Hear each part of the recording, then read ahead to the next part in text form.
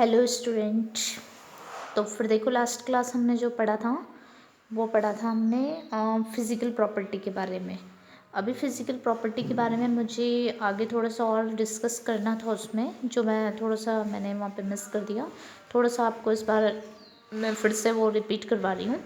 ठीक है, physical property में हमने पढ़ा था कि क्या होता है melting point and boiling point जो होते हैं halo alkanes and halo arenes के, वो कैसे होते हैं उनके बारे में डिस्कस करना होता है। हाई होते हैं, क्यों होते हैं, उसका रीज़न हम यहाँ पर देख लेते हैं एक बार।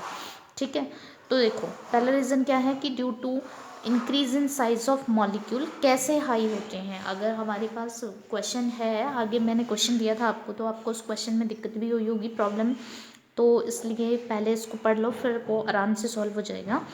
Due to increase in size of molecule, अब किसका साइज बड़ा होगा, हेलोजन मॉलिक्यूल का। यहाँ पर ध्यान देना, size of halogen molecule. Boiling point increase for same alkyl group, order of boiling point decreasing, यानी कि आपके पास डिक्रीजिंग ऑर्डर में दे रखा है मैंने यहाँ पर। तो सबसे ज़्यादा बॉइलिंग पॉइंट किसका है, आयोडो वाले का। आर यहाँ पर सेम रहेगा, यानी यहाँ CH3 है, यहाँ भी CH3 है, यहाँ भी CH3 है, यहाँ भी CH3 है, यानी सेम अल्काइल ग्रुप है और आपके पास डिफरेंट हेलोजन है। तो किसका बॉइलिंग पॉइंट ज़्यादा होगा और किसका कम होगा, आपको ये अगर करना है तो आपको याद रखना पड़ेगा। जिसका साइज़ बड़ा होगा हेलोजन एटम का, उसका boiling point, melting point high होगा। तो यहाँ पर देखो Ri यानी आयोडीन का साइज़ क्या होता है, बड़ा होता है। आपको पता है, जैसे ही आप फ्लोरीन, क्लोरीन, ब्रोमीन, आयोडीन ऐसे टॉप टू बॉटम चलते हैं, साइज़ इंक्रीज होता जाता है। तो आयोडो का सबसे बड़ा होगा, फिर ब्रोमीन का, फिर क्लोरीन का, फिर फ्लोरीन का। तो इस तरीके से इसके जो बॉइलिंग पॉइंट है वो इस तरीके से डिक्रीज होते चले जाएंगे। Reason due to increase in size of halogen atom, ये आपको मैं पहले ही बता चुकी हूँ कि साइज़ जो होगा हेलोजन एटम का वो क्या होगा, बड़ा हो जाएगा। ठीक है, एंड मॉलिक्यूलर मास, और मॉलिक्यूलर मास ऑब्वियसली उसका क्या होगा, बढ़ जाएगा, जब साइज जो होगा एटम का वो बढ़ जाएगा। नेक्स्ट है ऑन इंक्रीजिंग ब्रांचिंग। नेक्स्ट जो है कि अगर आपके पास मॉलिक्यूल हैं, बहुत सारे मॉलिक्यूल हेलो एल्केन्स के आपको दे रखे हैं, तो आप कैसे पता लगाएंगे कि किसका बॉइलिंग पॉइंट हाई है और किसका नहीं है। क्योंकि हाइड्रोकार्बन और हेलो एल्केन में तो आप पता लगा लेंगे कि हेलो एल्केन्स के हाई होते हैं, हाइड्रोकार्बन के थोड़ा लो होते हैं।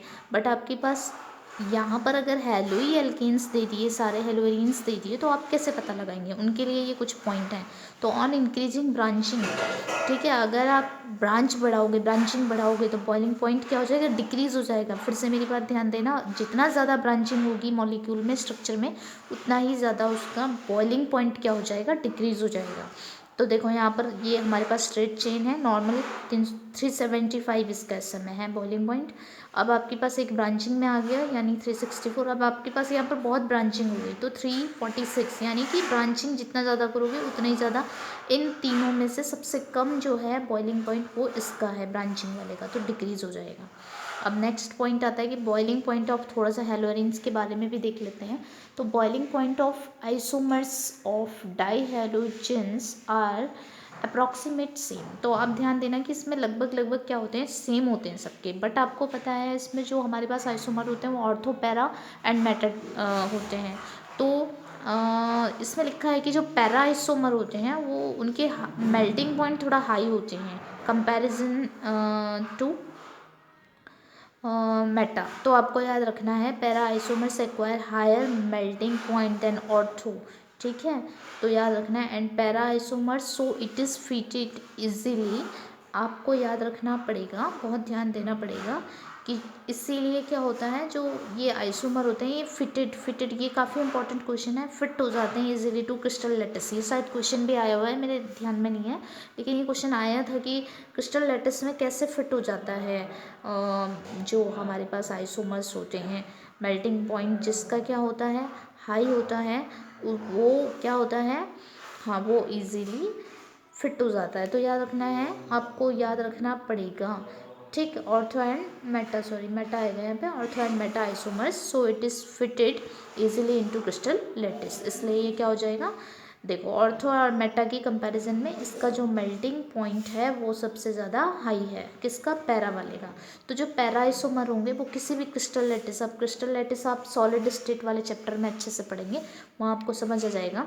ठीक है, तो फिर किसी भी क्रिस्टल में अगर मुझे फिट करना है मान लिया, तो वो आराम से फिट हो जाएगा। ठीक है, तो फॉर एग्ज़ाम्पल जैसे कि मैंने कोई क्या ले लिया, एक बॉक्स ले लिया और मुझे उसमें क्या करना है, कोई अपना कुछ भी एक पेज फिट करना है। तो अगर मेरे पास 3 टाइप के पेज हैं, तो एक छोटा वाला पेज जो उसके साइज का होगा वो क्या होगा, उसके अंदर फिट हो जाएगा, और बड़ा वाला पेज उसके अंदर फिट नहीं हो सकता। तो इसी तरीके से क्या होगा, जो ortho and Meta and para वाली कंडीशन है, तो ऑर्थो और पैरा तो मेल्टिंग पॉइंट होके पिघल के हो ही नहीं पाएंगे छोटे, पैरा वाला क्या हो गया, मेल्ट हो जाएगा और फिट हो सकता है। समझ में आ गया होगा आपको, ठीक है। मैंने आपको प्रैक्टिकली एग्जाम्पल देकर समझा दिया है। अब नेक्स्ट पॉइंट आता है आपके पास डेंसिटी। तो डेंसिटी में क्या फ़र्क पड़ता है, देखो डेंसिटी तो आसानी है, आप इजीली इसको समझ सकते हैं कि डेंसिटी जो होती है अल्काइल हैलाइड की, मोर देन हाइड्रोकार्बन से ज़्यादा होती है। उसका रीज़न क्या है, क्योंकि आप इसमें क्या लगा रहे हो, हेलोजन एटम, और हेलोजन एटम का वेट क्या होगा, हैवी हो जाएगा, मास बढ़ जाएगा, कार्बन एटम के मास बढ़ जाएंगे, तो डेंसिटी भी क्या हो जाएगी, बढ़ जाएगी। तो कितना इजी हो गया है। सॉल्युबिलिटी के बारे में हमने डिस्कस कर ही लिया था। अब वो क्वेश्चन थोड़ा सा डिस्कस कर लेते हैं जो मैंने आपको लास्ट क्लास दिए थे, ठीक है। सॉल्युबिलिटी आपको अच्छे से पता है कि लेस सॉल्युबल इन वाटर होते हैं but soluble in organic solvent होते हैं। मैंने अच्छे से बताया था कि पानी में नहीं घुल पाएंगे क्योंकि वो हाइड्रोजन बॉन्ड नहीं बना पाएंगे, बहुत आसान सा है, ठीक है। They do not form hydrogen bond with water, तो ये ध्यान रखना है। अब देखो, arrange the following in increasing order of boiling point. अब आप आराम से कर सकते हैं, ब्रोमोमीथेन, मीथेन आ गया, ब्रोमोफॉर्म, ठीक है, क्लोरोमीथेन एंड डाई ब्रोमोमीथेन। आप अच्छे से पता लगा सकते हैं इसमें कि आपके पास ये सारे मीथेन वाले हैं, मीथेन है, फॉर्म में भी आपके पास मीथेन है। तो यहाँ पर ध्यान देना, आप इस बात को अच्छे से समझेंगे कि CBr3 आपको याद रखना पड़ेगा, CBr3, ठीक है। यहाँ पर थोड़ा सा ध्यान देना कि ब्रोमो फॉर्म में कितने कार्बन आएंगे मुझे बताना, और यहाँ पर क्लोरोमीथेन है, ये मीथेन है, ये मीथेन है, तो ये तो आप अच्छे से समझ गए, ये क्लोरोमीथेन है, ये ब्रोमोमीथेन है, ठीक है। तो किसकी ज़्यादा होगी, जिसका साइज़ क्या होगा, ज़्यादा होगा, तो फ्लोरीन, क्लोरीन, ब्रोमीन का साइज ज़्यादा है। अब इन दोनों में से इसका ज़्यादा हो गया बॉइलिंग पॉइंट। फिर डाई ब्रोमोमीथेन, डाई ब्रोमो में क्या हो गया, 2 ब्रोमीन आ गए, तो इसका ज़्यादा हो गया। फिर ब्रोमोफॉर्म को आप देखेंगे कि अगर 2 कार्बन होंगे तो सबसे ज़्यादा इसका होगा, और अगर 1 कार्बन होगा तो फिर इसका सबसे कम होगा, ठीक है। फिर अब आप इसको देखेंगे, 1 क्लोरोप्रोपेन, आइसोप्रोपाइल क्लोराइड, 1 क्लोरोब्यूटेन। ये काफ़ी इंपॉर्टेंट क्वेश्चन है, जितना ज़्यादा ब्रांचिंग होगी उतना ज़्यादा क्या होगा, डिक्रीज़ होता चला जाएगा बॉइलिंग पॉइंट। तो ये आप मुझे बताएंगे कि ये क्वेश्चन आपको समझ आया या नहीं आया है, ठीक है। अब आती है हमारी केमिकल रिएक्शन। तो ये हमारा फिजिकल वाला पार्ट था जो छूट गया था थोड़ा सा, और क्वेश्चन आपको समझ नहीं आए होंगे, तो इसलिए मैंने पूरे क्वेश्चन आपको अच्छे से बता दिए। अब जो है नेक्स्ट है वो है केमिकल रिएक्शन। केमिकल रिएक्शन हमारे पास बहुत इंपॉर्टेंट पार्ट बन जाता है। तो देखो, इसमें होता है कि reaction of halo alkanes can be classify, इसको क्लासीफाई कर लेते हैं एज ए NCERT। मैंने कहा है, वैसे तो आपके पास स्टैंडर्ड बुक जो होती हैं उसमें बहुत ज़्यादा दिया रहता है, तो आपको फ़िलहाल जो है वो NCERT अच्छे से पढ़नी है पहले, फिर आप जो भी है आपकी स्टैंडर्ड बुक आपके पास जो भी है आप उसको पढ़ सकते हैं, ठीक है। तो अब केमिकल रिएक्शन में आपने कैसे क्लासीफाई यहाँ पर NCERT ने किया है। पहला न्यूक्लियोफिलिक सब्सटीट्यूशन रिएक्शन, ठीक है, न्यूक्लियोफिलिक सब्सटीट्यूशन रिएक्शन होगी। दूसरा एलिमिनेशन रिएक्शन होगी, और थर्ड टाइप में रिएक्शन विद मेटल होगा। तो देखो, न्यूक्लियोफिलिक सब्सटीट्यूशन रिएक्शन, न्यूक्लियोफिलिक का मतलब आप समझ गए होंगे, न्यूक्लियोफाइल का इसमें कहीं ना कहीं रोल होगा। अब एलिमिनेशन रिएक्शन में एलिमिनेट करना होगा, ठीक है। और आपके पास रिएक्शन विद मेटल, मेटल से रिएक्शन दिखानी होगी, हेलो एल्कीन और हेलो रिंग्स की। तो पहला जो टॉपिक हमारे पास आता है वो बहुत आसान सा टॉपिक है, और वो टॉपिक है हमारे पास न्यूक्लियोफिलिक सब्सटीट्यूशन रिएक्शन, ठीक है। आपके पास न्यूक्लियोफिलिक सब्सटीट्यूशन रिएक्शन है, कैसे हेलो एल्केन्स इस न्यूक्लियोफिलिक सब्सटीट्यूशन रिएक्शन को दिखाते हैं, इसको हमने पढ़ना है और समझना है। देखो, nucleophilic attack on that halo alkane in which carbon atom has positive charge bonded with halogen atom is called substitution reaction, and halide molecules separate from it because substitution reaction start with nucleophile, so it is called, बहुत important बात है, nucleophilic substitution reaction की। Substitution reaction कैसे start होती है, तो nucleophile जो होता है, न्यूक्लियोफाइल और इलेक्ट्रोफाइल दो चीज़ें हैं। न्यूक्लियोफाइल वो होता है जिसमें इलेक्ट्रॉन क्या होता है, बहुत ज़्यादा होते हैं, इलेक्ट्रॉन रिच होता है, जो जैसे आपके पास बहुत टाइप के होते हैं न्यूक्लियोफाइल, ठीक है। आपको समझाया था, न्यूक्लियोफाइल में आपके पास एक तो नेगेटिव चार्ज वाले हो जाएंगे, एक आपके पास न्यूट्रल चार्ज वाले हो जाएंगे, ठीक है।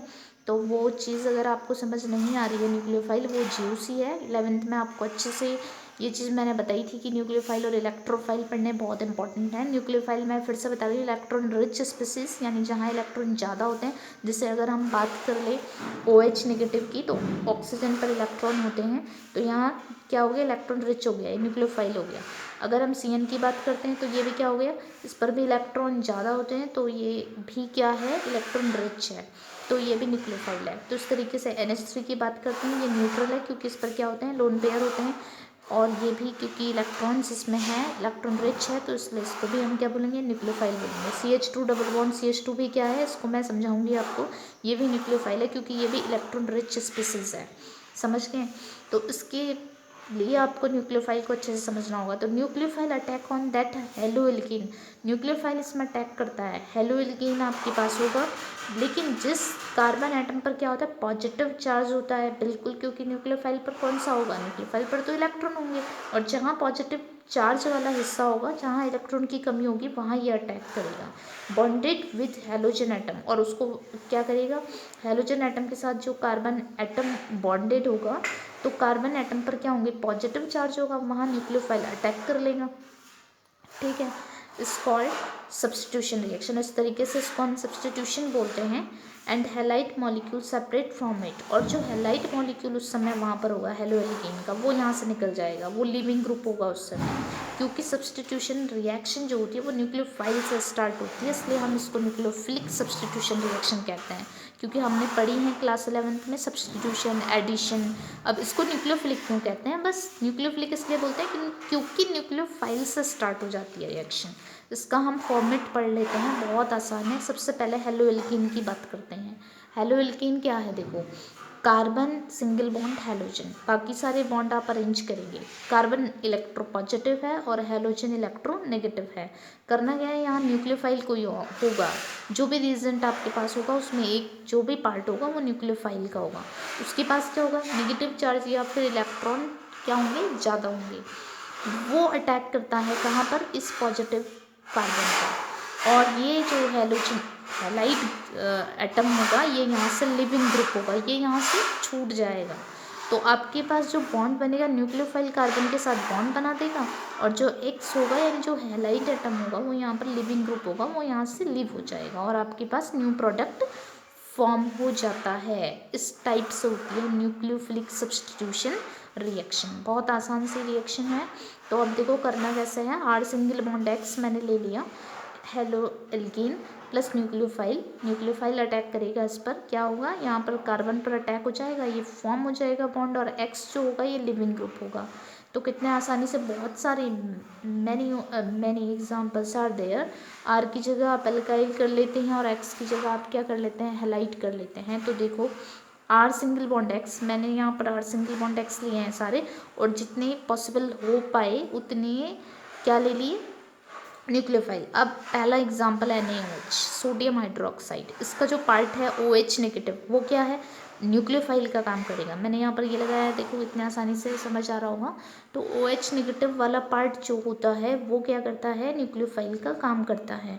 तो जब यहाँ पर रिएक्शन होगी तो कितनी इजीली, मैकेनिज्म हम इसकी बाद में पढ़ेंगे, हम पहले इसके फॉर्मेट पढ़ लेते हैं। तो जो OH नेगेटिव है वो R के साथ क्या बनेगा, बॉन्ड, क्योंकि वो इस पर अटैक करेगा, और X क्या हो जाएगा, लिविंग हो जाएगा। तो क्या बनेगा, फट से आपको ध्यान रखना है, R सिंगल बॉन्ड OH बन जाएगा, यानी अल्कोहल फॉर्म हो जाएगा, और X नेगेटिव यहाँ से गायब। ठीक है, यानी यहाँ से ये गायब हो जाएगा, ये फॉर्म हो जाएगा। तो कितने आसानी से आप समझ सकते हैं। फिर आपके पास वाटर आता है, वाटर में HOH, OH नेगेटिव फिर से आ जाता है, फिर से आप सेम प्रोसीजर वही, ये आपके पास प्रैक्टिस के लिए। आपने सोडियम आयोडाइड लिया NaI, ये भी आपका न्यूक्लियोफाइल की तरह काम कर सकता है, क्योंकि जो आयोडीन है इसमें वो नेगेटिव वाला पार्ट होता है, और ये क्या करता है, एज अ न्यूक्लियोफाइल काम करता है। तो यहाँ पर ये भी कितनी आसानी से समझा जाता है कि जो आयोडीन है न्यूक्लियोफाइल, वो R के साथ बॉन्ड फॉर्म कर देगा, और यहाँ पर क्या होगा, हमारे पास X नेगेटिव लिविंग ग्रुप हो जाएगा। फिर आपके पास R single bond X plus KCN अभी आपको बताया था, CN नेगेटिव क्या होता है, न्यूक्लियोफाइल होता है। फिर बोलो आगे क्या बनेगा, बहुत आसान है ना, CN क्या करेगा, R के साथ बॉन्ड फॉर्म कर देगा उस पर अटैक करके, और X यहाँ से लीव हो जाएगा। फिर आपके पास AgCN है, ये भी यहाँ पर देखो, ये थोड़ा सा आपको ध्यान देने वाली बात है। KCN और AgCN वाले पार्ट को मैं अच्छे से समझाऊंगी। AgCN जो होता है ये भी न्यूक्लियोफाइल होता है, लेकिन यहाँ पर जब ये अटैक करता है तो ये CN ना बना करके, RCN ना बना करके क्या बनाता है, RNC बनाता है, आइसोसाइनाइड फॉर्म करता है और X क्या हो जाता है, लिविंग हो जाता है। अब CN वाला पार्ट समझना है आपने। CN जो होता है वो न्यूक्लियोफाइल होता है, लेकिन किस टाइप का न्यूक्लियोफाइल होता है, क्योंकि आपने न्यूक्लियोफाइल पढ़े, क्या क्या पढ़े, एक नेगेटिव पढ़े, एक आपने न्यूट्रल पढ़े और एक आपने क्या पढ़े थे क्लास 11 में। हाँ जी, बिल्कुल आपको याद आ रहा होगा, एम्बिडेंट न्यूक्लियोफाइल। अब एम्बिडेंट न्यूक्लियोफाइल क्या होते हैं, एम्बिडेंट न्यूक्लियोफाइल वो न्यूक्लियोफाइल होते हैं जिनके पास क्या होता है, इट हैज़ 2 न्यूक्लियोफिलिक सेंटर। बहुत आसान सी बात है, क्या बोला मैंने, इनके पास 2 न्यूक्लियोफिलिक सेंटर होते हैं। तो जब कार्बन बॉन्ड बनाता है तो साइनाइड फॉर्म होता है। देखो कितना आसान है, अगर कार्बन बॉन्ड बना रहा है इसके साथ तो साइनाइड फॉर्म होता है। और जब N यानी नाइट्रोजन बॉन्ड, ये वाला पार्ट देखो, नाइट्रोजन बॉन्ड बनाएगा, nitrogen make bond, then isocyanide form. तो देखो KCN वाली कंडीशन में C बॉन्ड फॉर्म करेगा R के साथ, तो RCN। और AgCN वाली कंडीशन में N फॉर्म करेगा R के साथ बॉन्ड, तो RNC। अब ऐसा क्यों होता है ये आगे हमने देखना है। KCN AgCN दोनों की प्रॉपर्टी है, ऐसा इसलिए होता है प्रॉपर्टी के कारण। तो इस चीज़ को आपको आगे समझना है, मैं डिटेल में आपको ये बता दूंगी। अब आगे देखो एक और चीज़ यहाँ पर समझो, R single bond X plus KNO2, ये सारी रिएक्शन क्या है, ये न्यूक्लियोफिलिक सब्सटीट्यूशन रिएक्शन है, ठीक है। तो आपके पास R single bond X plus KNO2 NO2 जो होता है न्यूक्लियोफाइल का काम करता है। अब NO2 का भी प्रॉब्लम वही है कि यहाँ पर ये एम्बिडेंट न्यूक्लियोफाइल है, तो CN और NO2 के बारे में आपने क्या समझना है, एम्बिडेंट न्यूक्लियोफाइल के फॉर्म में इसको हमने रिएक्शन करवानी है। तो R single bond X plus KNO2, जब रिएक्शन होगी तो X ने तो यहाँ से लीव होना ही होना है, बट आप यहाँ पर क्या करोगे, यहाँ पर ऑक्सीजन जो है वो R के साथ बॉन्ड फॉर्म करेगा। देखो oxygen RON double bond O, तो यहाँ पर आपके पास फॉर्म हो जाएगा। फिर R single bond X AgNO2, फिर आपके पास दोबारा से वही कंडीशन KNO2 और AgNO2। इस बार जब रिएक्शन करवाते हो तो जो फॉर्म होता है वो एज ए न्यूक्लियोफाइल सिल्वर के साथ NO जो होता है NO2 फिर दोबारा से बॉन्ड फॉर्म करता है, लेकिन इस बार जो होता है वो कंडीशन हमारे पास कौन सी वाली होती है, नाइट्रो वाली, RNO2। तो यहाँ पर देखो एम्बिडेंट न्यूक्लियोफाइल, मैं अभी आपको नीचे समझा रही हूँ, अच्छे से ध्यान से देखो। एम्बिडेंट न्यूक्लियोफाइल है कौन, NO2। अब कैसे कैसे न्यूक्लियोफाइल एम्बिडेंट है ये यहाँ पर ध्यान देना, नाइट्रोजन पर लोन पेयर है। तो जब ऑक्सीजन फॉर्म करता है bond, then alkyl nitrite form, oxygen bond form करता है, ध्यान से समझना है। ऑक्सीजन जब बॉन्ड फॉर्म करता है तो फिर हमारे पास अल्काइल नाइट्राइट फॉर्म होते हैं। व्हेन N, वही कंडीशन जब N यानी नाइट्रोजन बॉन्ड फॉर्म करता है, ये देखो यहाँ पर नाइट्रोजन ने बॉन्ड फॉर्म कर दिया इसके साथ। AgNO2 का मैंने पूरा स्ट्रक्चर यहाँ पे बनाया है इस तरीके से, ऑक्सीजन के पास लोन पेयर है और यहाँ पर ठीक है RNO2, तो हमारे पास N makes bond then nitro alkene form, तो नाइट्रो एल्कीन फॉर्म होते हैं। तो जब आप KNO2 से रिएक्शन करवाते हैं, KNO2 R single bond X plus KNO2, तो हमारे पास क्या बनता है, RON डबल बॉन्ड O, ठीक है, समझ गए। और फिर जब हमारे पास R single bond X AgNO2 reaction करता है, या फिर Ag इस तरीके से आप दिखा सकते हैं, ठीक है, तो फिर यहाँ पर RNO2 फॉर्म होते हैं। तो इस तरीके से एक में हमारे पास अल्काइल नाइट्राइट फॉर्म होता है, दूसरे में हमारे पास नाइट्रो एल्केन फॉर्म हो जाते हैं।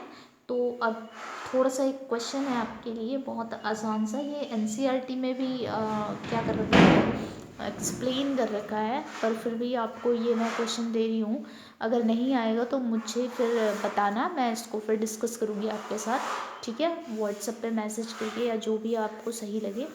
तो halo alkanes react with KCN form cyanide plus, तो आपको पता चल गया, लेकिन फिर भी हेलो एल्केन रिएक्ट करता है KCN के साथ तो साइनाइड फॉर्म करता है। व्हेन रिएक्ट विद AgCN, लेकिन जब वो AgCN के साथ रिएक्ट करता है तो आइसोसाइनाइड फॉर्म करता है। ऐसा क्यों होता है, वाई, ठीक है। तो क्वेश्चन है आपके लिए बहुत आसान है, आप इस Ag और इस K के ऊपर थोड़ा सा ध्यान देंगे तो आपको समझ जाएगा इनके बीच में जो बॉन्डिंग है ना, वो बॉन्डिंग डिफरेंट है। KCN कैसा होता है, आयनिक, और AgCN कैसा होता है, मेटेलिक बॉन्ड फॉर्म करता है, ठीक है, समझ गए ना, कोवेलेंट।